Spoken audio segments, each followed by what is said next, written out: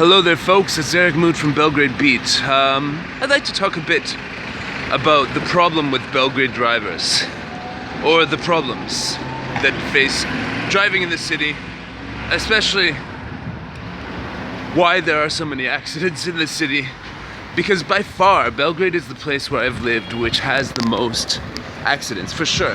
It's absolutely true. Like this place, almost every week I see some sort of accident which happens. A lot of the time it's with taxis, a lot of the time it's with public transit, a lot of the time it's with people who do not know what the fuck is going on. And basically, yeah. I wanted to share my theory about why this is. Because as you know, here in Belgrade we have this sort of mixture of cultures. You know, former Austro-Hungarian Empire rules. You follow them, you do okay. Former Ottoman Empire, this more southern, sort of more chaotic way of living where they just, you know, go with the flow sort of thing. So, here on the roads in Belgrade, you have the rules. You have the rules, like the way that things are supposed to go, the markings on the street, the yield signs, and all that stuff. And then you also have the chaos. The city is really, really high-paced in terms of driving. People are really aggressive, always trying, very quick to honk their horn. And to be a successful driver in Belgrade, you really need to ride those two things. Be aware at all times. See, here we go. I'm trying to cross the street, and this guy is just like trying to turn, and he, in the end, actually stops, which is what he's legally required to do. But he thought I was maybe gonna stop for him. There we go. So you have to always be aware of what the rules are, and be aware that probably half the people on the road don't give a shit. And when I see accidents in Belgrade, it's usually what happens is there's one person who's following the rules, and there's one person who is not following the rules but expects everybody to understand that.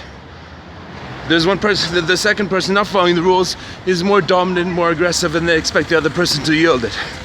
And by the way, nobody fucking looks at what the fuck is going on. Nobody looks at anything.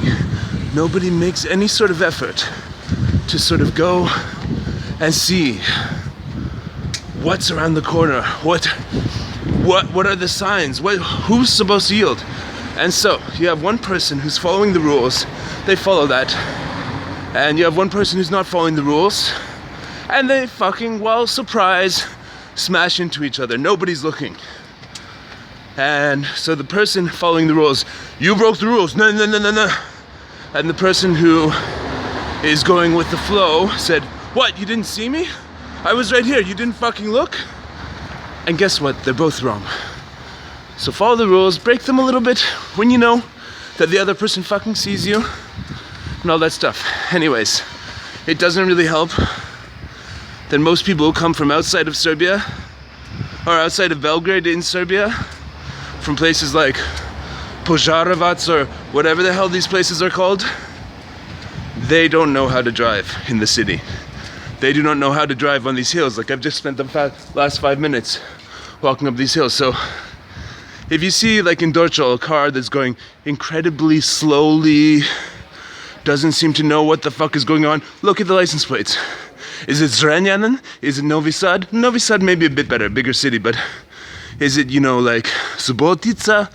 It's gonna be one of those places outside of Belgrade, because Belgrade people know how to fucking get on with it and arrogantly charge ahead. Anyways, we've arrived here at the corner of Cara Uroša and Zmaja Odnočaja.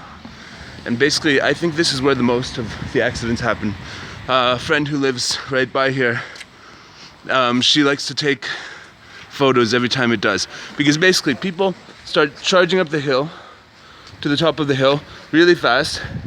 And people see this little sort of alleyway type street here, and they also go really fast. And then guess what? You can't see around this corner. And then they smash into each other. Right? Makes perfect sense. And, you know, the city knows this keeps happening. So they do absolutely everything, you know? There's a big fucking stop sign here, so the people here stop. There's a line on the ground so they know to stop. There's a fucking mirror here which shows both people what's coming from the other side. Still, all the time, accidents on this corner. Why? Nobody cares, nobody looks, nobody follows the rules, and everybody expects that they are the best. They are going, and it's all about them, and they don't pay any respect to the other people on the road. So yeah, to sum it up, rules and chaos. I've heard in Asia that, you know, there's places in Asia where it is chaos, but everybody sort of follows the chaos and it turns into an organized chaos. That's definitely not here. Here it's chaos and the resentment that it's chaos, or it's rules and the resentment of the rules. And I think this sort of theory can be applied to a lot of areas of Serbian society. So if you want, put it in the comments down below. Tell me which area of Serbian society do you also see the battle between chaos and order. Thanks a lot, Erik Moot, Belgrade Beat. Subscribe. See you later.